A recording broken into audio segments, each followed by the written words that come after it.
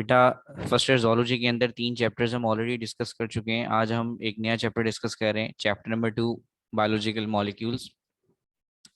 Biological molecules के अंदर पहला एमसीक्यूज वो आपसे कह रहा है कि the branch of biology which explain the biochemical basis of life.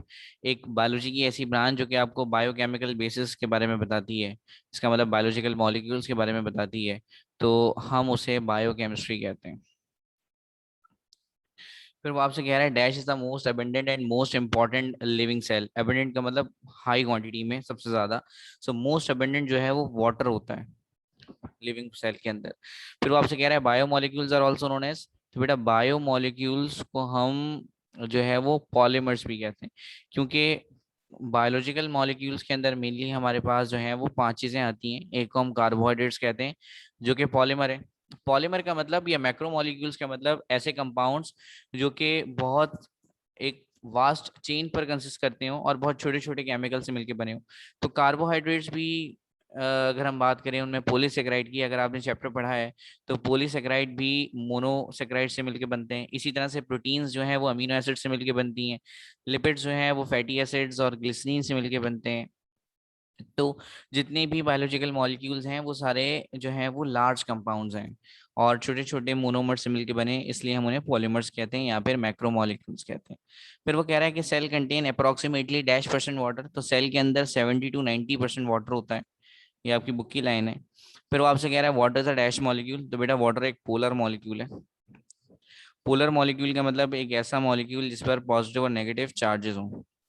So water के ऊपर, वाटर के अंदर भी पॉजिटिव और नेगेटिव चार्जेस होते हैं, जिसमें से अगर हम वाटर को स्ट्रक्चर वाइज एक्सप्लेन करें तो वाटर के अंदर एक H पॉजिटिव होता है और एक OH नेगेटिव होता है। सो दो पोल्स हैं, इसलिए ये पोलर है। All living cells contain a living material. Cell का जो लिविंग मटेरियल होता है उसे हम प्रोटोप्लाज्म कहते हैं। फिर वो आपसे कह रहा है dash help to prevent the change in pH of solution when an acid और अल्कली, अल्कली का मतलब होता है base, is to be added. वो आपसे कह रहा है कि अ, कौन सी ऐसी चीज है जो कि पीएच को चेंज होने से रोकती है। अब पीएच क्या है? पीएच एक ऐसा स्केल है जो हमें बताता है कि हमारा कंपाउंड कितना एसिडिक है या कितना बेसिक है। तो आ, हम जो है वो पीएच को प्रिवेंट करने के लिए हम बफर्स को ऐड करते हैं। तो बफर का काम ये होता है कि वो पीएच को चेंज होने ना दे, क्योंकि अगर जाहिर है आपसे वो कह रहा है व्हेन एन एसिड और alkali is to be added. जब भी एसिड हम ऐड करते हैं तो पीएच कम होना शुरू हो जाती है, और जब भी हम बेस ऐड करते हैं तो पीएच बढ़ना शुरू हो जाती है। क्योंकि स्केल आपने पढ़ा होगा, 0 से लेके 6.9 तक जो वैल्यू होती है वो एसिडिक होती है, 7 पर वैल्यू न्यूट्रल होती है, और 7.1 से लेके 14 तक जो वैल्यू होती है वो बेसिक होती है। तो जितना ज़्यादा आप एसिड ऐड करते हैं पीएच उतनी कम होना शुरू हो जाती है, और जितनी ज़्यादा बेस आप ऐड करते हैं पीएच की वैल्यू उतनी ज़्यादा बढ़ने लग जाती है। अब आपको पता है, फॉर एग्जांपल एक फूड है और उस फूड के अंदर कहीं ना कहीं से एसिड आ गया। अब एसिड उसमें आता कहाँ से? होता ये है कि जब हमारे खाने के अंदर बैक्टीरिया आते हैं तो बैक्टीरिया शुगर को कन्वर्ट कर देते हैं एसिड के अंदर, एसिटिक एसिड के अंदर। तो जब शुगर एसिटिक एसिड के अंदर कन्वर्ट हो जाती है बैक्टीरिया की मदद से, तो ज़ाहिर है हमारे खाने की पीएच कम होने लग जाती है और हमारा खाना हाईली एसिडिक हो जाता है। और वो खाना इतना खट्टा हो जाता है वक्त के साथ साथ कि हम उसे वैसे भी नहीं खा सकते। सो इसलिए हम उन खानों के अंदर बफर्स डालते हैं। आपने देखा होगा कि हम जो खाने घर पे बनाते हैं वो इतनी जल्दी ख़राब नहीं होते, लेकिन वो खाने जो बाजार से आते हैं पैक्ड फॉर्म में उनके ऊपर एक पर्टिकुलर एक्सपायरी डेट होती है, और वो उतने टाइम के लिए ठीक रहते हैं। जैसे कि मक्खन आप घर में बना रहे हैं तो वो 2-3 दिन में खराब हो जाएगा, लेकिन अगर आप ब्लू बैंड खरीद के ला रहे हैं तो वो जाहिर है वो तो फिर कुछ टाइम तक चलता है और उस पर एक पर्टिकुलर एक्सपायरी डेट होती है। सो होता क्या है कि उसको जब भी हम यूज़ करते हैं तो उसमें जब भी बैक्टीरियल रिएक्शंस होते हैं एसिड बनता है, लेकिन उसके अंदर ऐसे केमिकल्स होते हैं जिसे हम प्रिजर्वेटिव्स और बफर्स कहते हैं, जो कि कंटिन्यूसली पीएच को मेंटेन कर रहे होते हैं ताकि हमारा खाना खराब ना हो। फिर वो आपसे कह रहे हैं macromolecules are composed of small sub units. तो बेटा, मैक्रोमोलिक्यूल जो है वो मोनोमर से मिलके बनते हैं। चाहे मैक्रोमोलिक्यूल्स बोले, चाहे वो आपसे पॉलीमर्स बोले, चाहे वो आपसे बायोलॉजिकल मॉलिक्यूल्स बोले, या फिर वो आपसे लॉन्ग चेन्स बोले, सबका आंसर आपने मोनोमर्स ही लगाना है। मोनोमर्स को हम मोनोमर्स के अलावा सिंपल मॉलिक्यूल्स भी कहते हैं। इसके अलावा मोनोमर्स का एक और नाम है माइक्रोमोलिक्यूल्स। फिर वो कह रहा है polymer synthesize by the process of. तो पॉलीमर्स जिस प्रोसेस के थ्रू बनते हैं उसे हम कहते हैं कंडेंसेशन। कंडेंसेशन का मतलब होता है किसी भी दो यूनिट्स को जोड़ना, किसी भी दो मॉलिक्यूल्स को जोड़ना, और साथ में कोई वाटर का मॉलिक्यूल एलिमिनेट हो। सो केमिस्ट्री में तो एक बहुत अलग चीज़ है कंडेंसेशन। केमिस्ट्री में वाटर के अलावा HCl भी रिलीज हो जाता है, मिथाइल अल्कोहल भी रिलीज हो जाता है। लेकिन जब हम बायोलॉजी पढ़ रहे होते हैं तो बायोलॉजी के अंदर मोस्टली बॉडी के अंदर वाटर ही रिलीज होता है। सो जब भी दो छोटे छोटे मॉलिक्यूल जुड़ते हैं तो जैसे ही वो जुड़ते हैं तो उनमें से वाटर का मॉलिक्यूल एलिमिनेट हो जाता है और ये प्रोसेस कहलाता है कंडेंसेशन। तो मॉलिक्यूल्स का जुड़ना, वाटर का निकलना, ये कंडेंसेशन कहलाता है। और अगर हम इसका ऑपोजिट देखें तो इसके ऑपोजिट जो है वो हाइड्रोलिसिस कहलाता है। A process during which polymer are break down into sub units. एक ऐसा प्रोसेस जिसमें पॉलीमर टूट रहा है। पहले पॉलीमर बन रहा था तो हम उसे कंडेंसेशन कह रहे थे, अब पॉलीमर टूट रहा है तो बेटा इसे हम हाइड्रोलिसिस कहते हैं। हाइड्रोलिसिस का मतलब होता है किसी भी कंपाउंड को वाटर की मौजूदगी में ब्रेक कर दें। देखें, हाइड्रोलिसिस का हरगिज मतलब ये नहीं होता वाटर की ब्रेकडाउन। बहुत सारे टीचर ने शायद आपको पढ़ाया हो तो आपको बताया होगा कि जब भी वाटर का मॉलिक्यूल ब्रेक हो जाता है तो फिर हम उसे हाइड्रोलिसिस कहते हैं। ऐसा नहीं है, वाटर की प्रेजेंस में किसी केमिकल को ब्रेक करना हाइड्रोलिसिस कहलाता है। जिस तरह से आपने इलेक्ट्रोलिसिस पढ़ा होगा, अब इलेक्ट्रोलिसिस के अगर आप इस तरह से मतलब देखें तो फिर यही बनते हैं कि इलेक्ट्रिसिटी को ब्रेक करना। लेकिन इलेक्ट्रिसिटी आप कैसे ब्रेक करेंगे? तो डेफिनेशन ये है, इलेक्ट्रिसिटी की प्रेजेंस में किसी केमिकल को ब्रेक करना, दैट इज इलेक्ट्रोलिसिस। और एक और बात भी आप याद रख लें, इलेक्ट्रोलाइसिस नहीं होता, इसे हम इलेक्ट्रोलिसिस कहते हैं। इसलिए मैंने दोनों वर्ड्स बता दिए हैं आपको दोनों तरह से प्रोनाउंसिएशन करके। तो इसी इसको हम हाइड्रोलिसिस पढ़ते हैं, और जहां पे आप जिसकी इलेक्ट्रोलाइसिस पढ़ते हैं वो एक्चुअली इलेक्ट्रोलिसिस है। फिर वो आपसे कह रहे हैं there are dash elements make up the biochemicals. तो टोटल आपकी बुक की लाइन है कि टोटल 6 एलिमेंट्स हैं जो कि टोटल हमारी बॉडी के बायोकेमिकल्स बना रहे होते हैं, जिसमें मोस्ट इंपॉर्टेंट कार्बन, हाइड्रोजन और ऑक्सीजन है। Water molecule has dash heat capacity and heat of vaporization. तो वाटर की हीट ऑफ वेपराइजेशन बहुत ज्यादा होती है, वाटर को वेपर बनने के लिए बहुत ज्यादा हीट चाहिए होती है। तो वाटर की हीट ऑफ वेपराइजेशन हाई होती है। फिर वो आपसे कह रहा है कार्बन वैलेंसीज। देखिए, वैलेंसी का मतलब बहुत आसान करके अगर हम समझे ना, तो वैलेंसी का मतलब होता है कि कोई भी एलिमेंट कितने बॉन्ड बना सकता है, कोई भी एलिमेंट कितने बॉन्ड बना सकता है। सो अगर हम इसको बहुत आसान तरीके से देखें तो आपने कंपाउंड पढ़ा होगा, डेट इज CH4। केमिस्ट्री के अंदर आपने लाजमी पढ़ा होगा CH4। CH4 मीथेन को कहते हैं, सुई गैस को। तो जब आप हाइब्रिड ऑर्बिटल मॉडल पढ़ रहे होंगे या हाइब्रिडाइजेशन पढ़ रहे होंगे या फिर आपने इलेक्ट्रॉन पेयर रिपल्जन मॉडल पढ़ा होगा तो वहाँ पे CH4 लाजमी आया होगा। और अगर हम CH4 का स्ट्रक्चर देखें तो CH4 के अंदर अगर आप देखें तो एक कार्बन के साथ 4 हाइड्रोजन जुड़े हुए हैं, जब भी तो फॉर्मूला CH4 है। इसका मतलब एक कार्बन 4 चीजों से जुड़ सकता है। तो कोई भी एलिमेंट जितनी तरफ से जुड़ सकता है, जितनी चीजों से जुड़ सकता है, उसे हम उसकी वैलेंसी कहते हैं। तो क्योंकि कार्बन 4 बॉन्ड बना सकता है इसलिए हम कार्बन को कहते हैं टेट्रावैलेंट।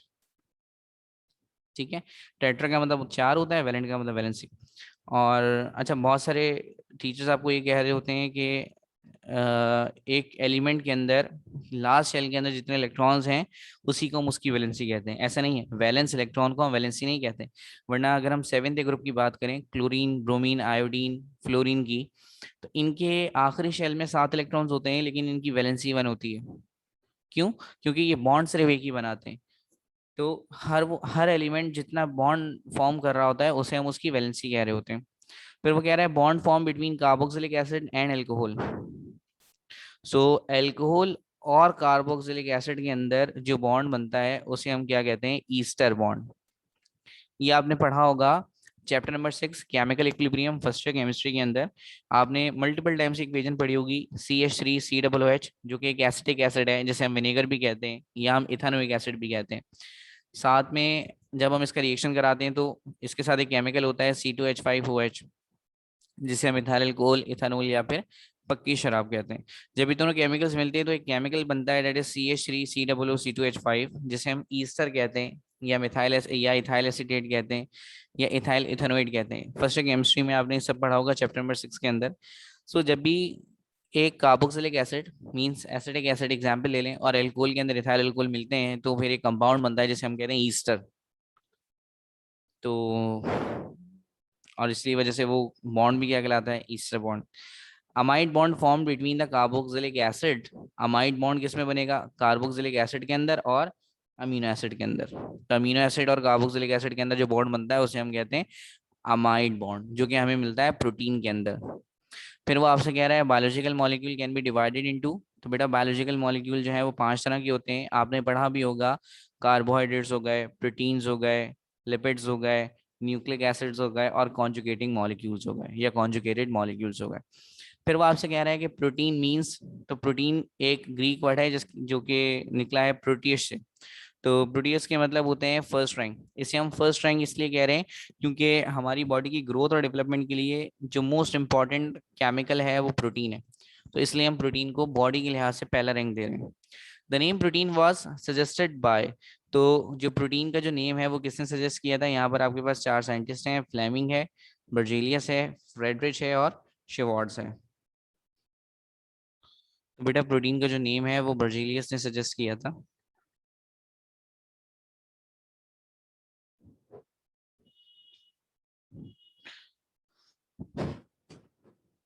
फिर वो आपसे कह रहा है protein is also called nitrogenous compound. Protein को हम नाइट्रोजनस कंपाउंड कहते हैं, क्यों? क्योंकि उसके अंदर नाइट्रोजन प्रेजेंट होता है। ये तो सिंपल सा एमसीक्यूज है, तो आंसर सवाल में ही जवाब है। वो कह रहा है प्रोटीन इज अ मैक्रोमोलिक्यूल। तो बेटा प्रोटीन जो है वो अमीनो एसिड से मिलके बनते हैं, तो प्रोटीन जो है वो बड़े बड़े मॉलिक्यूल्स हैं अमीनो एसिड के। ठीक है, याद रखिएगा कि जब भी हम एक मॉलिक्यूल की बात करते हैं तो उसे हम अमीनो एसिड कहते हैं। जब हम दो अमीनो एसिड्स की बात करते हैं और अगर हम उसे ज्वाइन कर देते हैं तो वो पेप्टाइड कहलाता है। अगर हम 3 या 100 अमीनो एसिड्स की बात करते हैं, मतलब 3 भी हो सकते हैं, 10 भी हो सकते हैं, 40 भी हो सकते हैं, 60 भी हो सकते, 70 भी हो सकते हैं, अगर उसकी क्वांटिटी 100 के अंदर अंदर है तो फिर आप उसे कहते हैं पॉलीपेप्टाइड या फिर पेप्टोन्स। और अगर अमीनो एसिड की क्वांटिटी 100 से भी ऊपर चली जाती है तो फिर हम उसे प्रोटीन्स कहते हैं। So amino acids are linked together by the specialized bond or linkage। तो अमीनो एसिड जिस लिंकेज के थ्रू जुड़ता है उसे हम कहते हैं पेप्टाइड लिंकेज। जब दो अमीनो एसिड आपस में जुड़ते हैं तो वो कंपाउंड कहलाता है पेप्टाइड और वो लिंकेज कहलाती है पेप्टाइड लिंकेज। इन अमीनो एसिड, अब अमीनो एसिड के अंदर जो है वो 4 ग्रुप्स होते हैं। अमीनो एसिड का जो कार्बन होता है वो 4 तरफ से जुड़ा हुआ होता है। एक तरफ उसके आर प्रेजेंट होता है जिसे हम कहते हैं अल्काइल ग्रुप। अल्काइल ग्रुप या रेडिकल ग्रुप, असल में देखें अल्काइल ग्रुप या रेडिकल ग्रुप क्या है? एक कार्बन की चेन है। ठीक है, इसी के साथ एक तरफ उसमें लगा होता है कार्बोक्सिलिक ग्रुप जो कि एसिडिक पार्ट होता है, और एक तरफ उसमें लगा होता है अमीनो ग्रुप जो कि बेसिक पार्ट होता है। और इसके अलावा उसके अंदर बाकी हाइड्रोजन भी प्रेजेंट हो सकते हैं या फिर कोई और ग्रुप भी प्रेजेंट हो सकता है। फिर वो कह रहा है egg, meat, fish, milk, pulses, ये सारी की सारी क्या है? ये सारी की सारी प्रोटीन की सोर्सेज हैं। फिर वो आपसे कह रहा है there are dash basic structural levels of protein. तो बेटा प्रोटीन के 4 बेसिक स्ट्रक्चरल लेवल होते हैं। एक को हम कहते हैं प्राइमरी, एक को हम कहते हैं सेकेंडरी, एक को हम कहते हैं टर्शरी और एक को हम कहते हैं quaternary proteins. When a polypeptide chain of amino acids become spirally coiled, अगर वो घूमे हुए हैं तो उसे हम नाम देते हैं सेकेंडरी स्ट्रक्चर का। और अगर वो आपसे कहता है कि लीनियर है तो फिर आप उस पर टिक करते हैं प्राइमरी स्ट्रक्चर। फिर वो आपसे कह रहा था proteins are the polypeptide with usually more than. अभी मैंने आपको बताया कि प्रोटीन अगर आपने उसे पढ़ना है तो 100 से ऊपर अमीनो एसिड होने चाहिए। फिर वो आपसे कह रहा है कि carbon, hydrogen, oxygen and nitrogen are the essential constituents. तो ये जो कार्बन है, हाइड्रोजन है, ऑक्सीजन है और नाइट्रोजन है, ये सारे के सारे एसेंशियल कॉन्स्टिट्यूएंट्स हैं किसके? ये प्रोटीन के। तो प्रोटीन के अंदर कार्बन भी होता है, हाइड्रोजन भी होता है, ऑक्सीजन भी होता है और नाइट्रोजन भी होता है। और अगर हम कार्बोहाइड्रेट की बात करते हैं तो सिर्फ कार्बन, हाइड्रोजन और ऑक्सीजन होते हैं। So carbohydrate is also termed as, carbohydrate को हम हाइड्रेटेड कार्बन भी कहते हैं।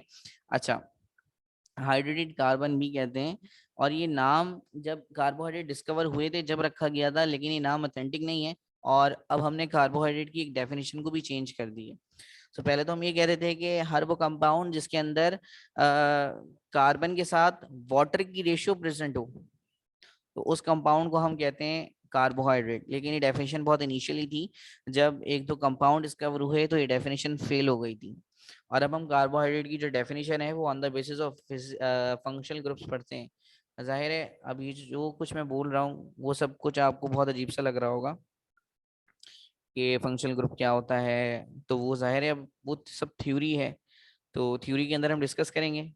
तो कार्बोहाइड्रेट की जो लेटेस्ट डेफिनेशन है वो ये है कि carbohydrates are the polyhydric aldehydes और कीटोन्स। अब जाहिर है एल्डिहाइड्स क्या होते हैं और कीटोन्स क्या होते हैं, वो जाहिर है एक अलग चीज है।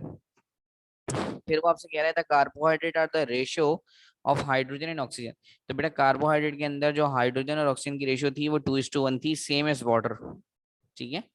the carbohydrate is classified into dash groups on the basis of monomers। तो इसे हम तीन क्लासेस में डिवाइड करते हैं। एक को हम कहते हैं मोनोसेक्राइड्स, जिसके अंदर एक ही यूनिट होती है। एक को हम कहते हैं ऑलिगोसेक्राइड, जिसमें 2 से लेके 10 तक यूनिट्स होती हैं। और एक को हम कहते हैं पॉलीसेक्राइड, जिसमें 10 से भी ज्यादा यूनिट्स होती हैं। तो वो कह रहा था carbohydrate molecules which yield 2 to 10 monosaccharides molecule in hydrolysis. तो वो कार्बोहाइड्रेट जिसके अंदर 2 से 10 मोनोसेक्राइड्स की यूनिट होती हैं, उसे हम किसका नाम देते हैं? उसे हम नाम देते हैं ऑलिगोसेक्राइड का। फिर वो आपसे कह रहा है glucose, fructose and galactose are the example of. तो बेटा ग्लूकोज, फ्रक्टोज, गैलेक्टोज ये सारी एग्जांपल्स हैं मोनोसेक्राइड की। और डाइसेक्राइड की एग्जांपल्स भी मैं आपको बता देता हूँ। तो बेटा डाइसेक्राइड्स की जो एग्जांपल्स हैं उसके अंदर हमारे पास एक आ जाता है सक्रोज। याद रख लीजिएगा, ये चीजें आ जाती हैं एमसीक्यूज के अंदर। सक्रोज जो है वो कॉम्बिनेशन है ग्लूकोज और फ्रक्टोज का। ठीक है। इसी तरह से सक्रोज के अलावा एक और एग्जांपल है जिसे हम कहते हैं लैक्टोज। लैक्टोज कॉम्बिनेशन है ग्लूकोज और गैलेक्टोज का। एक और कॉम्बिनेशन है जिसे हम कहते हैं माल्टोज। तो माल्टोज कॉम्बिनेशन है ग्लूकोज और ग्लूकोज का। ये तीनों एग्जांपल्स हैं डाइसेक्राइड की। फिर पॉलीसेक्राइड की जो एग्जांपल्स हैं, पॉलीसेक्राइड का मतलब आपको पता है जिसके अंदर 10 से ज्यादा यूनिट्स हो शुगर की। तो पॉलीसेक्राइड की एग्जांपल है सेलुलोज, ग्लाइकोजन और स्टार्च। तो याद रखिएगा। फिर वो आपसे कह रहा है glucose and fructose combine together to form. तो ग्लूकोज और फ्रक्टोज कंबाइन होने के बाद क्या बनाते हैं? सक्रोज। अभी मैंने आपको थोड़ी देर पहले बताया। और अगर वो आपसे कहता है ग्लूकोज और ग्लूकोज कंबाइन होकर क्या बनाते हैं, तो आपको पता होना चाहिए था माल्टोज। और ग्लूकोज और गैलेक्टोज आपस में मिलकर क्या बनाते हैं? तो वो लैक्टोज बनाते हैं। फिर वो आपसे कह रहे हैं लैक्टोज इज अ डैश। तो बेटा लैक्टोज हमें मिल्क में मिलती है। ठीक है। इसके अलावा वो आपसे पेपर में ये पूछ सकता है कि फ्रक्टोज इज अ डैश। तो फ्रक्टोज जो है वो फ्रूट शुगर है। फ्रक्टोज फ्रूट्स में प्रेजेंट होती है। फिर वो कह रहा है starch is dash in water. तो बेटा स्टार्च पानी के अंदर इनसॉल्युबल होता है। Dash is the main constituent of plant cell wall. तो ये तो आप बचपन से पढ़ रहे होंगे कि प्लांट की जो सेल वॉल होती है वो सेलुलोज से मिलकर बनती है। सेलुलोज एक पॉलीसेकेराइड है। Glycogen is commonly known as, glycogen एक एनिमल स्टार्च है।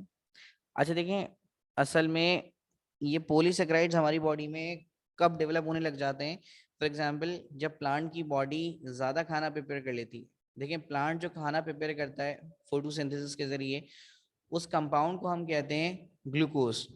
अगर प्लांट ने बहुत ज्यादा खाना प्रिपेयर कर लिया है, ज़ाहिर है उसको एक खास अमाउंट की नीड होगी और बाकी तो सारा का सारा एक्स्ट्रा होगा। तो वो extra amount of glucose store हो जाता है प्लांट की बॉडी में in the form of starch. तो जो भी प्लांट की बॉडी में एक्स्ट्रा ग्लूकोज होता है वो स्टार्च में कन्वर्ट हो जाता है। इसी तरह से हमारी बॉडी में जब हम किसी की शादी में जाते हैं तो ज़ाहिर है हम बहुत ज़्यादा खाते हैं। और जब हम ज़्यादा खाते हैं तो ज़ाहिर है हमारी रिक्वायरमेंट तो इतनी है नहीं। तो जितना भी खाना हम एक्स्ट्रा खाते हैं वो सारा का सारा ग्लूकोज है वो कन्वर्ट हो जाता है ग्लाइकोजन के अंदर। और फिर जब कभी हमें नीड होती है तो फिर हम उस ग्लाइकोजन को ब्रेक करके ग्लूकोज बना रहे होते हैं। ये पूरा काम जो है वो लिवर के अंदर हो रहा होता है। सो ग्लाइकोजन है एनिमल स्टार्च। ग्लाइकोजन को हम एनिमल स्टार्च भी कहते हैं। फिर उसके बाद वो आपसे कह रहा है स्टेरिन फाउंड इन। तो बेटा स्टेरिन हमें बीफ और मटन के अंदर मिलता है। स्टेरिन एक तरह का फैट है। फिर वो कह रहा है dash build up the isoprenoid units. तो बेटा आइसोप्रेनॉइड यूनिट्स हमें टर्पेनॉइड्स में मिलती हैं। टर्पेनॉइड्स की मजीद क्लासेस आपने पढ़ी होंगी, टर्पीन्स होती हैं। फिर वो आपसे कह रहा है cholesterol is a most important. तो बेटा कोलेस्ट्रॉल एक स्टेरॉइड है। ठीक है। फिर वो आपसे कह रहा है कि unsaturated acyl glycerols are found in plant. Unsaturated का मतलब होता है जिसके अंदर डबल बॉन्ड प्रेजेंट हो। तो अगर हमारे कंपाउंड के अंदर डबल बॉन्ड प्रेजेंट होते हैं तो हम उसे ऑयल कहते हैं। और अगर वो सेचुरेटेड होता तो फिर हम उसे फैट कहते हैं। ठीक है। सेचुरेटेड का मतलब है कंपाउंड के अंदर कोई भी डबल बॉन्ड या ट्रिपल बॉन्ड प्रेजेंट नहीं है। फिर वो कह रहा है dash having one molecule of fatty acid forming ester bond with one molecule of long chain alcohol. अगर हम फैट की बात करें या ऑयल की बात करें तो उसके अंदर 3 फैटी एसिड इस्तेमाल होते हैं। जब भी हम उसे ट्राई एसाइल ग्लिसराइड्स कहते हैं यहाँ पर। आपने पढ़ा होगा बुक के अंदर। लेकिन अगर एक मॉलिक्यूल यूज होता है सिर्फ फैटी एसिड का तो फिर हम उसे कहते हैं वैक्सिस। फिर वो आपसे कह रहा है the biomolecule which is isolated from nuclei of पस। तो बेटा पस से सबसे पहले जो चीज डिस्कवर हुई थी उसे हम नाम देते हैं न्यूक्लिक एसिड का। तो न्यूक्लिक एसिड से, न्यूक्लिक एसिड जो है वो पहले कभी न्यूक्लियन कहलाता था। पस सेल के अंदर हमने देखा कि पस सेल के अंदर न्यूक्लियस के अंदर एक कंपाउंड प्रेजेंट था जिसे हमने न्यूक्लियन का नाम दे दिया था। तो जब हमने उसे फर्दर पढ़ा तो हमने देखा कि उसकी प्रॉपर्टीज भी एसिडिक थी, तो फिर हमने उसे न्यूक्लियन से न्यूक्लिक एसिड कर दिया था। फिर वो आपसे कह रहा है बायोमोलिक्यूल, अच्छा ये तो यही है। फिर वो आपसे कह रहा है कि basic unit of nucleic acid, तो बेटा बेसिक यूनिट जो और न्यूक्लिक एसिड का है उसे हम न्यूक्लियोटाइड कहते हैं। अच्छा यहाँ पर एक चीज और लिखी हुई है न्यूक्लियोसाइड, मैं आपको बताता हूँ। देखिए न्यूक्लियोटाइड जो है या न्यूक्लिक एसिड जो है वो तीन चीजों से मिलकर बनता है। न्यूक्लिक एसिड के अंदर एक तो पेंटोस शुगर होती है, ठीक है। अब वो डिपेंड करता है कि डीएनए है या आरएनए। अगर आरएनए होता है तो फिर हमारे पास राइबोस शुगर होती है, और अगर हमारे पास डीएनए है तो फिर हमारे पास डीऑक्सीराइबोस शुगर होती है। तो डीएनए का या आरएनए का एक कंपोनेंट तो राइबोस शुगर कहलाती है, पेंटोस शुगर कहलाती है। एक कंपोनेंट कहलाता है नाइट्रोजनस बेसिस, ठीक है, जिसमें थायामीन, एडेनिन, यूरासिल, ये सब और चीजें आ रही होती हैं। और डीएनए का जो एक कंपोनेंट है वो है फॉस्फेट। तो न्यूक्लिक एसिड के अंदर तीन चीजें होती हैं, एक शुगर, एक नाइट्रोजनस बेसिस और एक फॉस्फेट ग्रुप। अगर न्यूक्लिक एसिड के अंदर ये तीन चीजें हैं तो उसकी बेसिक यूनिट न्यूक्लियोटाइड कहलाती है। लेकिन अगर उसमें से हम फॉस्फेट ग्रुप निकाल दें तो फिर हम उसे न्यूक्लियोसाइड कहते हैं। सो अगर पेपर में लिखा हुआ आ रहा है कहीं पे आपको कोई एमसीक्यूज आ रहा है न्यूक्लियोसाइड से रिलेटेड, तो याद रखिएगा न्यूक्लियोसाइड वो होता है जिसके अंदर फॉस्फेट ग्रुप नहीं होता। फिर वो कह रहा है आरएनए इज अ डैश, तो बेटा आरएनए सिंगल स्ट्रैंडेड होता है जबकि डीएनए जो है वो डबल स्ट्रैंडेड होता है। RNA is present in cytoplasm, तो बेटा आरएनए साइटोप्लाज्म के अंदर प्रेजेंट होता है। अच्छा, न्यूक्लियस के अंदर आरएनए बनता है। अगर वो बोलता है कि आरएनए इज फॉर्म्ड इन, तो बेटा आरएनए न्यूक्लियस के अंदर बनता जरूर है, लेकिन आरएनए जो स्टोर्ड होता है, आरएनए जो प्रेजेंट होता है वो साइटोप्लाज्म में प्रेजेंट होता है। न्यूक्लियस में भी चार कंपोनेंट्स होते हैं जिसे हम कहते हैं न्यूक्लियोलस, न्यूक्लियर मेम्ब्रेन, न्यूक्लियोप्लाज्म और क्रोमैटिन नेटवर्क। ये सब आप पढ़ चुके हैं, ठीक है। तो आरएनए हमारे पास जो है वो बनता है न्यूक्लियोलस के अंदर। देखिए बायोलॉजी के एमसीक्यूज उसी को समझ आ रहे होंगे जिसने चैप्टर्स को बहुत अच्छे से पढ़ा है, क्योंकि ये सारे एमसीक्यूज कुछ भी कॉन्सेप्शनल नहीं है, ये सारे नॉलेज वाइज एमसीक्यूज हैं। फिर वो आपसे कह रहा है purines and pyrimidines are the types of. तो बेटा प्यूरिन और पायरिमिडीन्स जो है वो नाइट्रोजनस बेसिस हैं। मैं आपको थोड़ा सा और बता देता हूँ कि याद रख लीजिएगा इस बात को कि प्यूरिन की एग्जाम्पल में दो चीजें आती हैं। प्यूरिन नाइट्रोजनस बेसिस दो तरह की होती हैं, एक को हम कहते हैं एडिनिन और एक को हम कहते हैं ग्वानिन, ठीक है। प्यूरिन नाइट्रोजनस बेसिस दो होती हैं, एक को हम कहते हैं एडिनिन और एक को हम कहते हैं ग्वानिन। फिर पायरिमिडीन तीन तरह की होती हैं, ठीक है। एक को हम कहते हैं साइटोसिन, एक को हम कहते हैं थायामीन और एक को हम कहते हैं यूरेसिल। अच्छा थायमीन और यूरेसिल में फर्क क्या है, देखें बाकी जो शुरू की तीन हैं वो डीएनए में भी मिलती हैं, आरएनए में मिलती हैं। इसका मतलब एडेनिन, ग्वानिन और साइटोसिन जो है वो डीएनए में भी मिल रही हैं, आरएनए में मिल रही हैं, वो तो सेम है।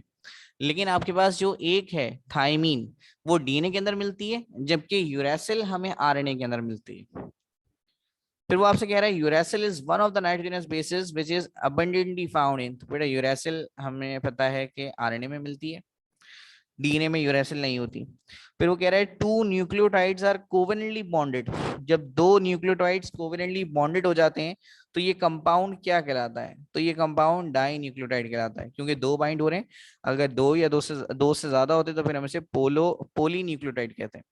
फिर कह रहे हैं डीएनए कंटेन्स, तो बेटा DNA deoxy ribose sugar contain करता है। अगर वो आपसे कहता है आरएनए तो फिर आप राइबोस शुगर पे लगाते हैं। RNA is a dash is of dash kind, so बेटा आरएनए तीन तरह के होते हैं।